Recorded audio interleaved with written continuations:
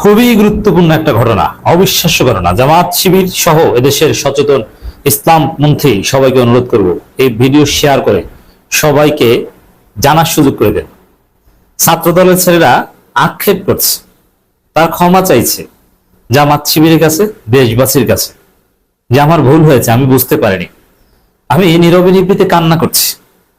দর্শক, দেশব্যাপী যখন শিবির পেটানো হচ্ছে, শিবিরের ছেলেদের যেখানে পায় সেখানে হামলা করে, শিবিরের পায়ে পড়ে যেখানে মারামারি বাঁধাচ্ছে, শিবিরের হাত পা ভেঙে দিচ্ছে ছাত্রদল, সেখানে ছাত্রদলের কেউ কেউ ক্ষমা চাচ্ছে, ভিডিও বার্তা দিয়ে ক্ষমা চাচ্ছে। হ্যাঁ, এই ঘটনা শুরু হয়ে গেছে। দর্শক, ঘটনা জাস্ট এখানে ক্ষমা চাওয়া, আক্ষেপ করা, দুঃখ প্রকাশ করা, নীরবে নিবৃতে কান্না করার মধ্য দিয়ে শুরু হয়েছে।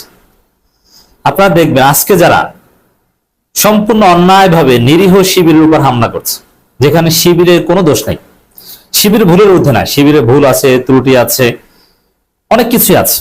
আপনি শিবির বিরুদ্ধে রাজনীতি করেন, কোনো সমস্যা নেই, আমরাও তো বলি, কিন্তু শিবির দোয়া অনুষ্ঠান করছে, আপনি অডিটোরিয়ামের ভিতরে ঢুকে কোনো কথাবার্তা ছাড়া ইচ্ছা মতো শিবিরকে পেটালেন। শিবিরের একটা ছেলে সরোয়ার্দী কলেজের সামনে থেকে হেঁটে যাচ্ছে, আপনি তাকে পেয়ে তার মাথাটা ফাটিয়ে দিলেন। শিবিরের ছেলেরা জুলাই প্রদর্শনী করছে, আপনি সেখানে ঢুকে স্টাম্প দিয়ে গাছের ডাল ভেঙে ইচ্ছে মতো পেটালেন। এই যে ভয়াবহ জুলুম, বিনা দোষে বিনা অপরাধে পায়ে পাড়া দিয়ে বেধড়ক পিটনি, কোনো কারণ ছাড়া, এই যে মহা জুলুম, অনেকে তো মাপ চাওয়া শুরু করেছে। সামনে কি হবে জানেন?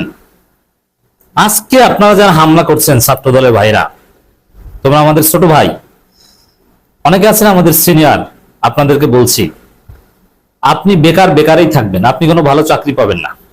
আর শিবিরে যে ছেলেটাকে মারছেন, ওই ছেলেটা একদিন ভালো চাকরি করবে, ওই ছেলেটা একদিন ম্যাজিস্ট্রেট হবে, ইউএনও হবে, ওই ছেলেটা বিশ্ববিদ্যালয়ের শিক্ষক হবে, ইউরোপ আমেরিকায় যে সেটেল হবে, বড় ব্যবসায়ী হবে, তাকে সবাই স্যার স্যার বলবে।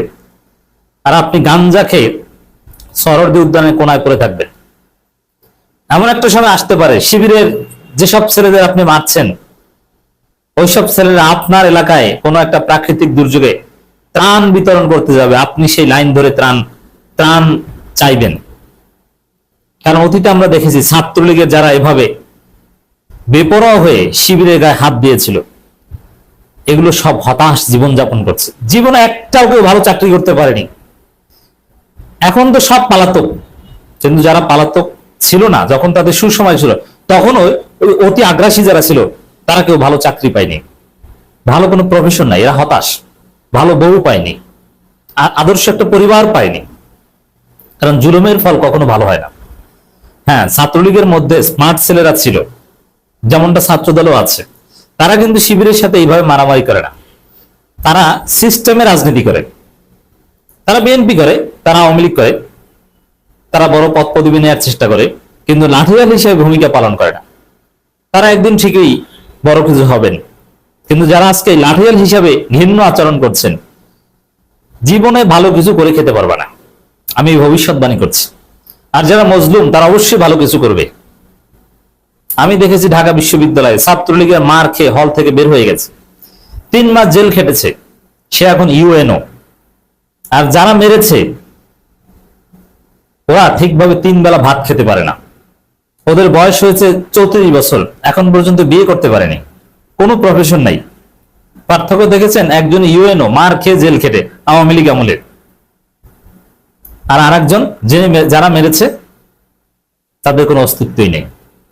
তো দর্শক, দেখেন কি ঘটেছে। আল্লামা সাঈদীর ছবিতে ভুলে জুতা মেরে আক্ষেপে ভুগছেন ছাত্রদল নেতা, ক্ষমা চাইলেন ভিডিও বার্তায়। মজা না? আমি ছাত্রদলের এই নেতাকে ধন্যবাদ জানাই। শুধু এই নেতা না, অনেকেই, বেগম রোকেয়া বিশ্ববিদ্যালয়ে আল্লামা সাঈদীর মতো কোরআনের পাখি, যাকে বেগম খালেদা জিয়া সর্বোচ্চ রেসপেক্ট করতেন, শহীদ প্রেসিডেন্ট জিয়াউর রহমান যাকে সম্মান করতেন, তারেক রহমান যাকে সম্মান করেন, বিএনপির অফিসিয়ালি যার মৃত্যুতে শোক জানিয়েছে, যাকে সম্মান করে, তার ছবিতে জুতা মেরেছ তোমরা। এই যে এখন আক্ষেপ করতে শুরু করেছে। তো দর্শক, শুধু আল্লামা সাঈদীর বিষয় এখানে আসছে। অনেকে বলছেন যে নিজামী, মুজাহিদ, অন্যান্য যারা আছেন তারাও তো নিরপরাধ। হ্যাঁ, তারাও নিরপরাধ, তারাও আওয়ামী লীগের জুলুমের শিকার, কিন্তু তারপরও আল্লামা সাঈদীর বিষয়টা ভিন্ন। আল্লামা সাঈদীর প্রতি মানুষের যে ইমোশন, এটা নিজামী মুজাহিদ বা অন্য কারো প্রতি নেই। আল্লামা সাঈদী দলের ঊর্ধ্বে গ্রহণযোগ্য, যেটা নিজামী মুজাহিদ নয়। আবার আল্লামা সাঈদীর গায়ে ৭১ কোনো কাদা লাগেনি, সম্পূর্ণ ষড়যন্ত্রমূলক ভাবে আওয়ামী লীগ তাকে বিতর্কিত করার চেষ্টা করেছে। কিন্তু মাওলানা মতিউর রহমান নিজামী, আলী ইহসান মুজাহিদ তারা ৭১ স্বাধীনতা বিরোধিতা করেছেন, এটা তো সত্য। এই কারণে তাদের নিয়ে বিতর্ক হতে পারে। কারো ছবিতে জুতা মারামারি এগুলো কাম্য নয়। জুতা মারামারি এটা হবে আওয়ামী লীগের সাথে, এটা বিএনপি জামাতের মধ্যে কাম্য নয়। সেই জায়গায় আল্লামা সাঈদীর বিষয়টা সম্পূর্ণ আলাদা। পাবলিক পারসেপশন, মানুষের ইমোশন সম্পূর্ণ আলাদা। আর কোরআনের একটা আকর্ষণ আছে, যেটা আল্লামা সাঈদীর সুপ্রিমেসি। আল্লামা সাঈদীর ছবিতে জুতা মারার মতো ধৃষ্টতা দেখিয়েছে ছাত্র দলের কুলাঙ্গাররা। জামাত যেটা করেছে, যে এখানে তাদের নাম পরিচয় সহ ছবি প্রকাশ করেছে, তাদের পরিবারের কাছে বিচার দিয়েছে এবং ক্ষমা চাওয়ার আহ্বান জানিয়েছে নীরবে নিবৃত্তে। এটা কিন্তু ওপেনলি ঘোষণা দিয়ে করেনি, যার ফলে যারা এই কাজ করেছে প্রত্যেকে ভয় পেয়েছে, ভয় পেয়ে ক্ষমা চাওয়া শুরু করেছে। আর আসলেই অনুতপ্ত হয়েছে। অনুতপ্ততাবোধের জন্য আমরা আবারও ধন্যবাদ জানাই। কারণ এটা জামাতের রাজনীতির একটা মডেল, যে জামাত যদি কোনো সীমা লঙ্ঘনকারী নাম পরিচয় প্রকাশ করে যথাযথভাবে হুঁশিয়ারি দিতে পারে, তারা ক্ষমা চাইতে বাধ্য হবে। হ্যাঁ, মিনিমাম রেসপেক্ট এই সব জায়গায় থাকা দরকার। ঠিক তদ্রুপ জামাত শিবিরকেও বলবো, এবং জামাত শিবির এটা আমল করে। এটা বলা লাগে না, আমরা বলার আগে আমল করে। উসিকে মনে আছে, আমার নিজের সহ সবাইকে আমরা এই নসিহত করব।